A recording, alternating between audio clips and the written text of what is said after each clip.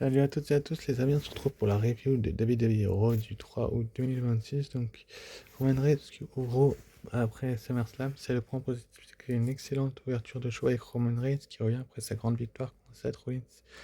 À SummerSlam, il garde immédiatement son aura de champion dominant avec son discours sur le fait d'avoir tenu ses promesses et d'être toujours au sommet de la WWE. Le plus intéressant reste la réaction qui chante le thème de cette rappelant que malgré ça, Rollins reste énormément apprécié. Roman montre aussi une facette plus respectueuse en parlant de son ancien frère du Shield, ce qui donne une vraie continuité émotionnelle après leur match historique. Le point négatif, c'est que le segment repose beaucoup sur l'aura de Roman et aurait pu être encore plus fort avec une attaque surprise ou une confrontation physique dès le début. Le point neutre, Roman reste volontairement dans son rôle de champion sûr de lui.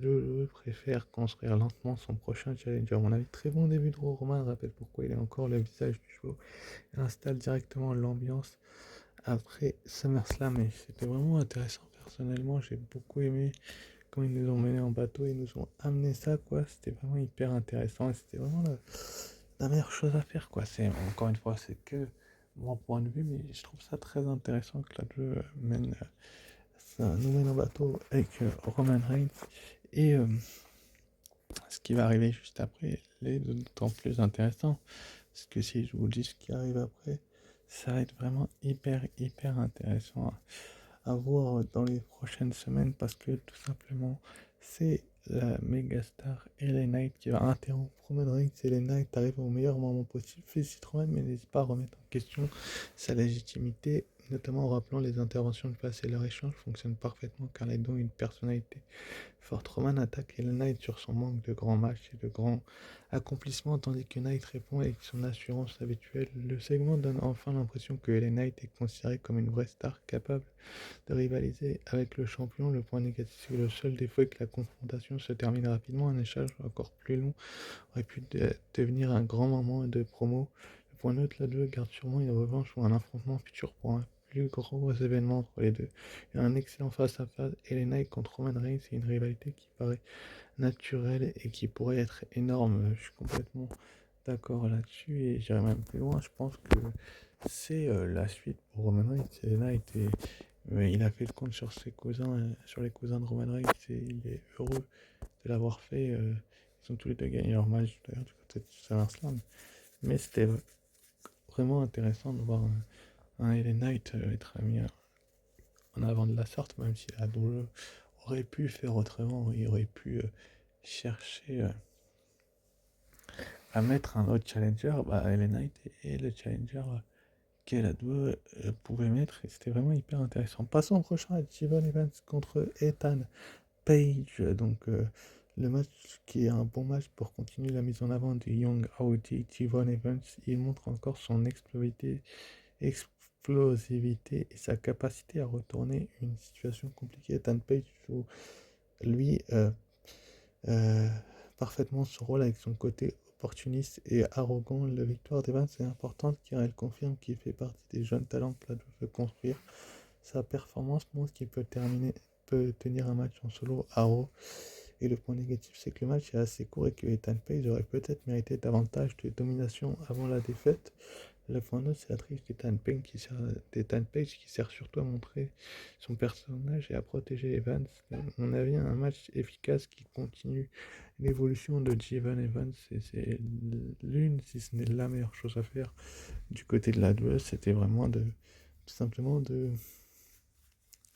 mettre en avant de Young Audi Jevon Evans et de continuer à l'établir comme ça. La WWE est contente et fait une très belle chose. Donc c'est vraiment un style hyper intéressant à voir que de voir une telle ruse entre les deux hommes, surtout qu'ils se connaissent bien. Ils se sont affrontés à plusieurs reprises du côté de la NXT et ils se cherchent. Et voilà, franchement, c'est hyper intéressant de voir un Jevon Evans face à un Ethan Page se chercher, mais finalement la victoire elle revient à Jevon Evans. Et si vous voulez mon avis, c'est plutôt positif que de me faire gagner de Young Auchi plutôt que de le faire perdre, si vous voulez mon avis. Enfin bref, ensuite après donc on a eu le retour après 8 ans d'absence de Big Cass qui est venu en attaquer Javon Evans. Le retour de Big Cass est très bien exécuté. Il arrive immédiatement avec une présence importante et détruit Javon Evans pour montrer qu'il revient avec une mentalité beaucoup plus agressive. Le comprend qu'un tour doit créer un impact et Big Cass réussit son premier objectif, devenir une menace dès sa première apparition. C'était vraiment la meilleure chose que la WWE pouvait faire, qu'il serait une menace. Le point négatif, c'est qu'on ne connaît pas encore clairement son objectif ou sa prochaine cible. Le point neutre, c'est qu'attaquer un jeune talent comme Evans permet à Big Cass de s'imposer rapidement comme un antagoniste. Et mon avis, c'est qu'un retour simple mais efficace, Big Cass revient avec une vraie intensité. Et franchement, c'était la meilleure intensité qu'il pouvait lui donner, surtout de s'en prendre au Young Witches Steven Evans. C'était la très très bonne solution, même si Ethan Page n'a pas eu pour son grade et je ne comprends pas pourquoi. Ça, c'est pas à moi qu'il faut le demander. Enfin bref, Roman Reigns avec la Bloodline, donc le fond c'est que ce segment montre les tensions internes de la Bloodline. Roman reste le chef, mais on sent qu'il commence à perdre patience après certains résultats récents. Son échange avec Jimmy Uso et ses remarques sur Solo Sikoa et Royce qui se montrent qu'il veut garder le contrôle total de son groupe. Le point négatif, le segment aurait pu développer davantage les tensions entre les membres de la Bloodline. Le point neutre, c'est que là, prépare probablement une évolution importante autour de Jacob Fatu et de la famille. Un bon segment d'histoire qui renforce encore l'importance de Roman Reigns UTC.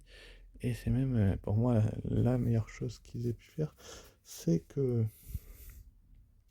tout simplement il y ait un tel scénario et que le UTC Roman Reigns et donc Jacob Fatu et puis les tensions, franchement, c'était la meilleure chose à faire. On comprend assez rapidement que Jacob Fatu comprend le message et qu'il est clair de son OTC.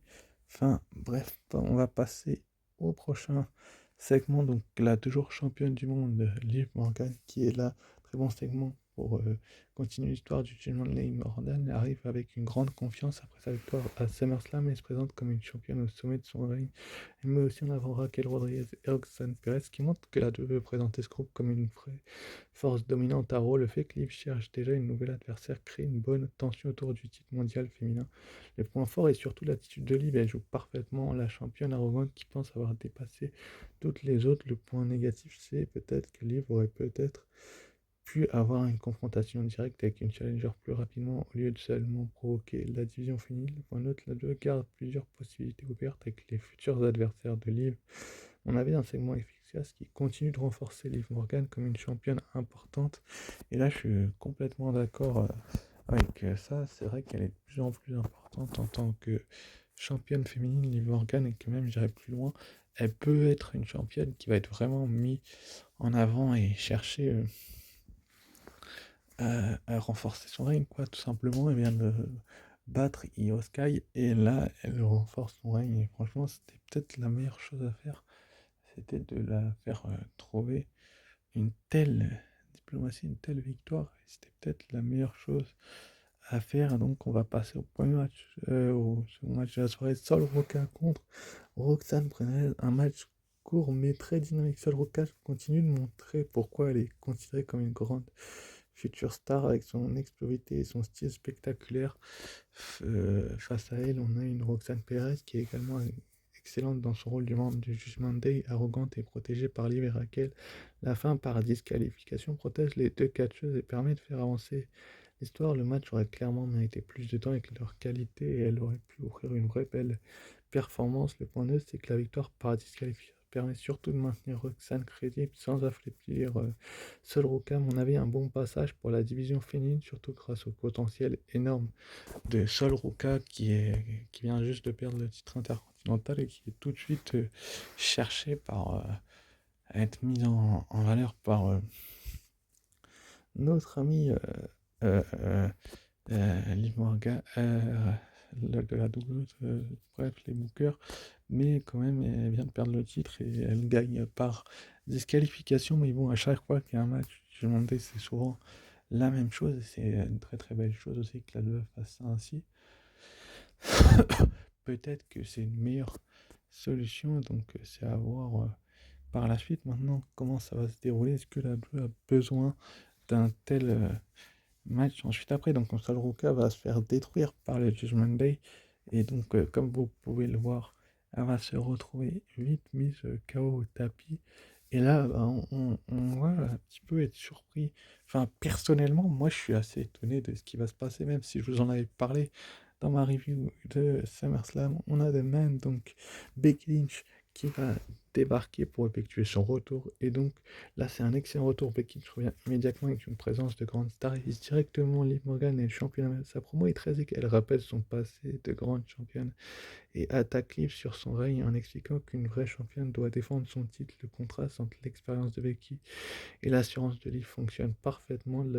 Très bien Becky, elle ne revient pas seulement faire une apparition, elle revient avec un objectif clair. Le point négatif, c'est qu'aucun gros défaut. Le seul regret est de ne pas avoir un face-à-face plus loin avec Liv. Le point neutre, c'est que Becky reste une menace majeure, mais la deux garde d'autres challengers possibles. On avait un des meilleurs moment du groupe et qui rappelle immédiatement pourquoi elle est une des plus grandes stars de la division féminine. C'est vrai que c'est un des meilleurs moments de ce Raw. Cette promo-là, on la voit un petit peu taquiner, clasher, chercher Liv Morgan. Et c'était vraiment. On sent qu'elle veut le titre tout de suite. Et c'est vraiment une très très belle chose que la WWE nous mène ça en bateau comme ça. Parce que je pense que c'était vraiment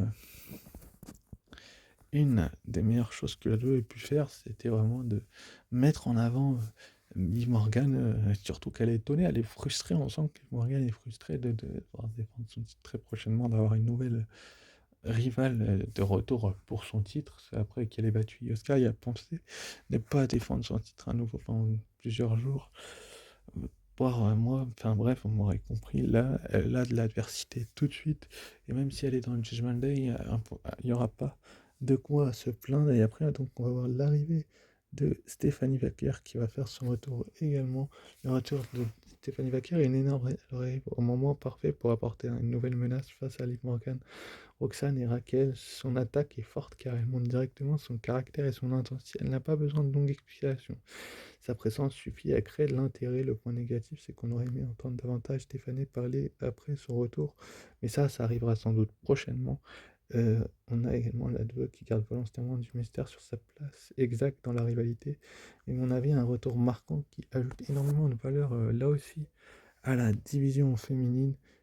C'est vraiment intéressant de voir d'ailleurs Becky Lynch assise sur la corde alors que Liv Morgan se prend des coups de Stephanie Vaquer. Bon, Liv Morgan a blessé Stephanie Vaquer et ça, c'est une autre histoire, mais c'est vraiment intéressant de voir une Stephanie Vaquer être là de retour, tout comme Becky Lynch. Bizarrement, je l'avais prédit lors de l'arrivée de SummerSlam et c'est exactement ce qui s'est passé. Je vais vous prédire peut-être à SmackDown ce qui se passera si je fais une review. Je ne sais pas, on verra bien. Mais en tout cas, les Raw, je vous fais des reviews pour le moment parce que je les trouve un petit peu plus meilleurs que SmackDown. Et donc, après, bah, on va voir le face-à-face entre Stéphanie Vaquer et Becky Lynch. C'est que c'est un excellent moment car la deux crée immédiatement une tension entre deux grandes personnalités. Becky représente l'expérience et l'histoire, tandis que Stéphanie représente la nouvelle génération qui veut prendre sa place.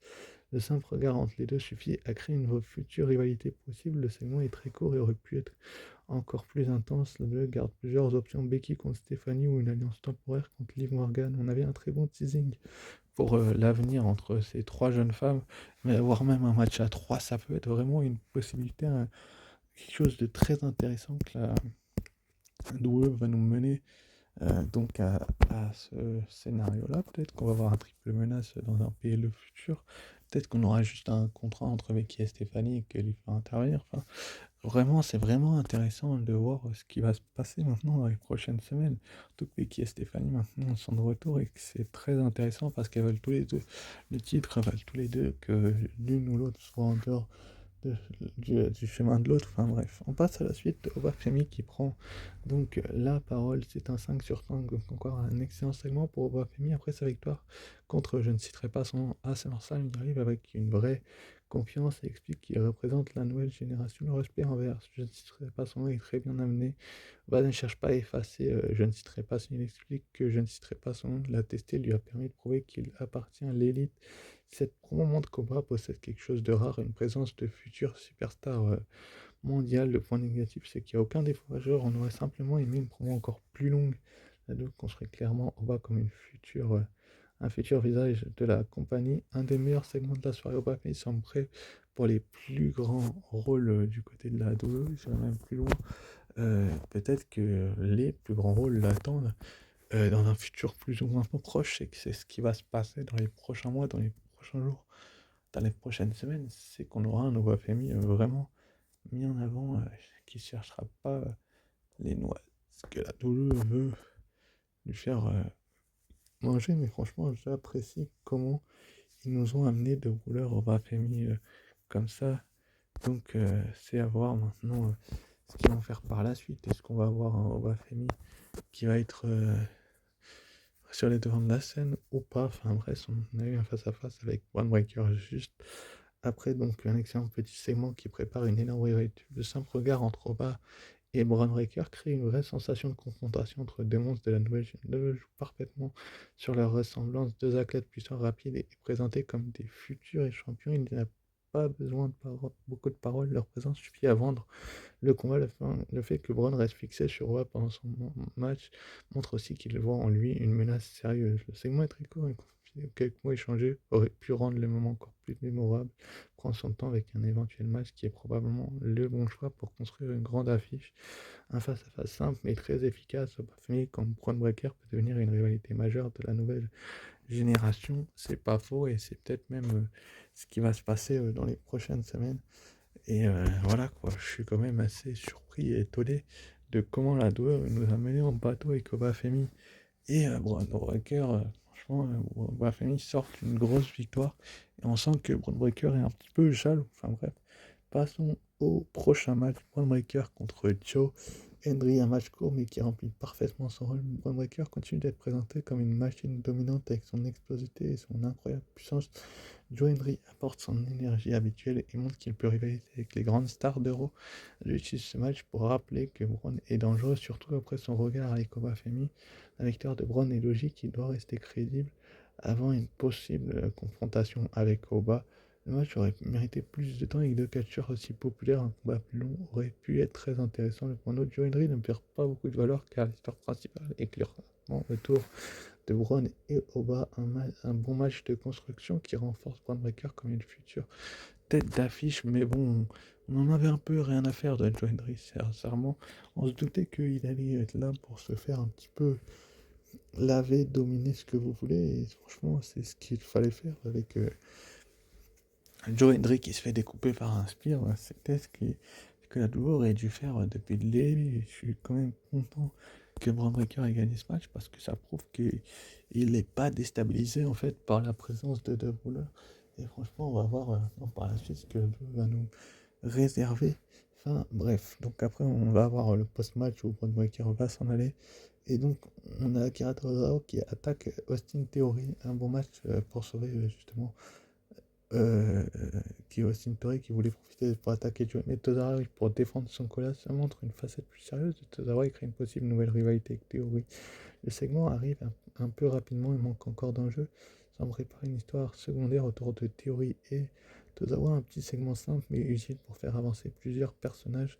Et c'est vraiment intéressant de voir Tozawa chasser comme ça Austin Theory. C'était la meilleure chose pour moi à faire du show après ce qu'il a fait à Otis la semaine dernière, l'ami de Tozawa. Donc maintenant, il faut voir par la suite comment la WWE va nous mener en brique, un bateau, ce segment-là. Mais franchement, j'apprécie comment ils nous ont mêlé ça. Et donc, je suis quand même assez heureux qu'ils le fassent ainsi et que tout simplement, Maxine soit surprise de la réaction de Tozawa.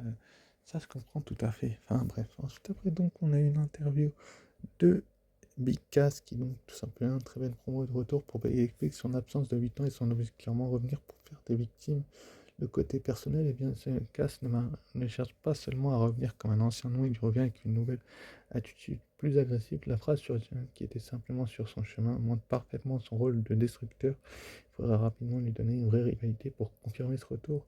Protège Big Cass en ne le faisant pas parler d'un titre immédiatement. On avait une excellente promo qui donne envie de voir jusqu'où Big Cass peut aller. C'est vraiment la meilleure chose à faire, c'est de voir jusqu'où il peut aller. Justement, Big Cass, peut-être qu'il peut aller loin, peut-être qu'il peut ne pas aller loin. Enfin bref, vous m'aurez compris. Moi, j'attends de voir ce qu'ils nous réservent. Là, ils ont fait un rôle intéressant.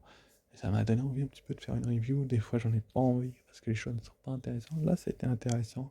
Et C'était vraiment un bon show post-SummerSlam. Les héros ces derniers temps sont meilleurs que SmackDown.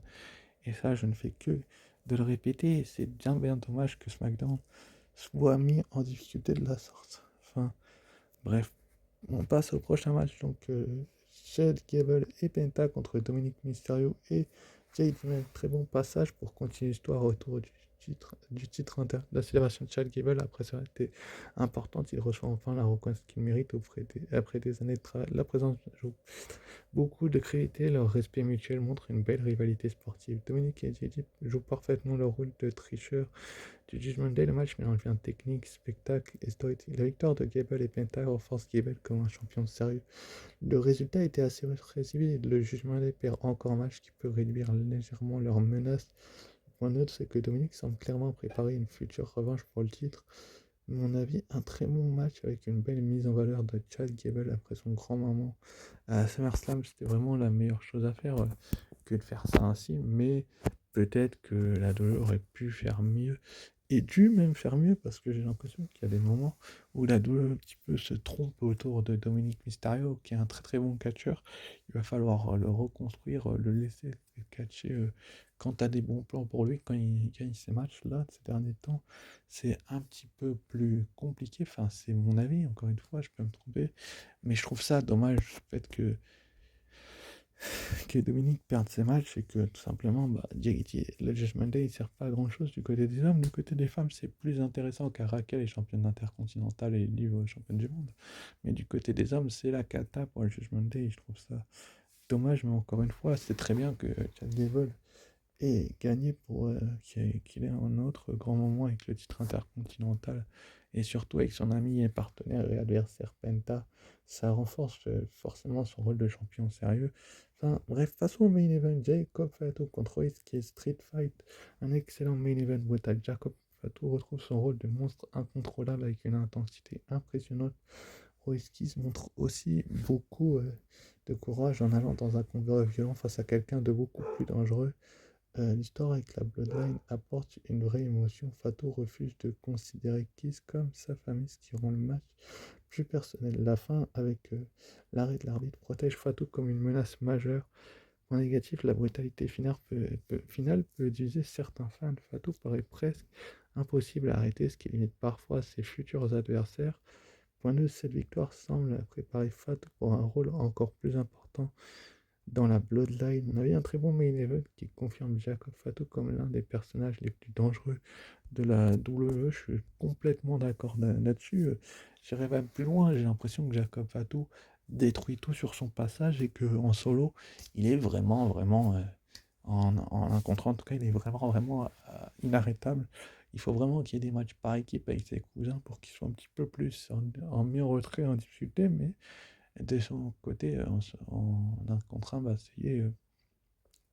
c'est à son avantage et c'est même dommageable pour Skills qui venait de gagner un match à 6 à SummerSlam, mais qui se retrouve maintenant, on va dire, un petit peu écarté sur la touche parce que je vois pas trop comment il pourrait revenir dans les prochaines semaines. Telle la destruction de ce Street Fight lui c'est infligé par Jacob Fatu qui a donc infligé son Todd Dead Grief, donc sa soumission, et l'arbitre a été obligé d'arrêter le match.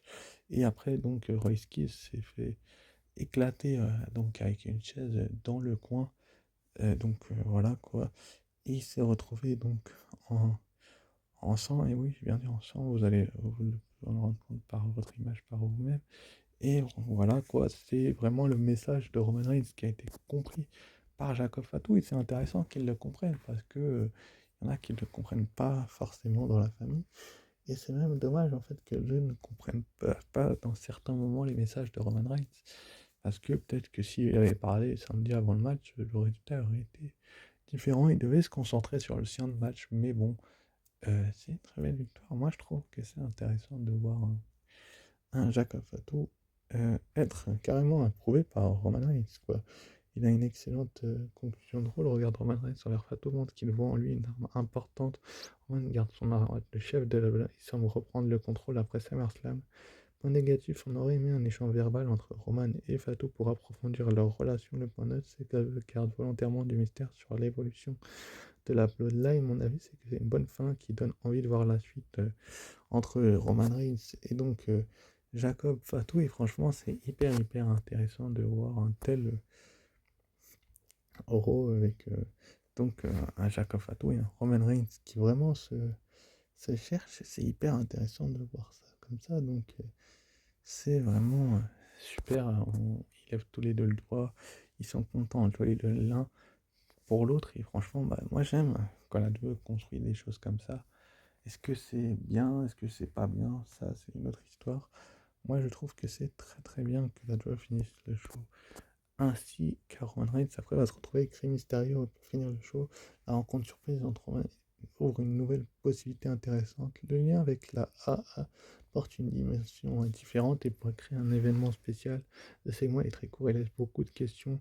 Pour nous, ce n'est probablement que le début d'une histoire plus grande. À mon avis, une conclusion intrigante qui donne raison de regarder la suite. Voilà la note globale WWE Raw du 3 août 2026, 4,75 sur 5.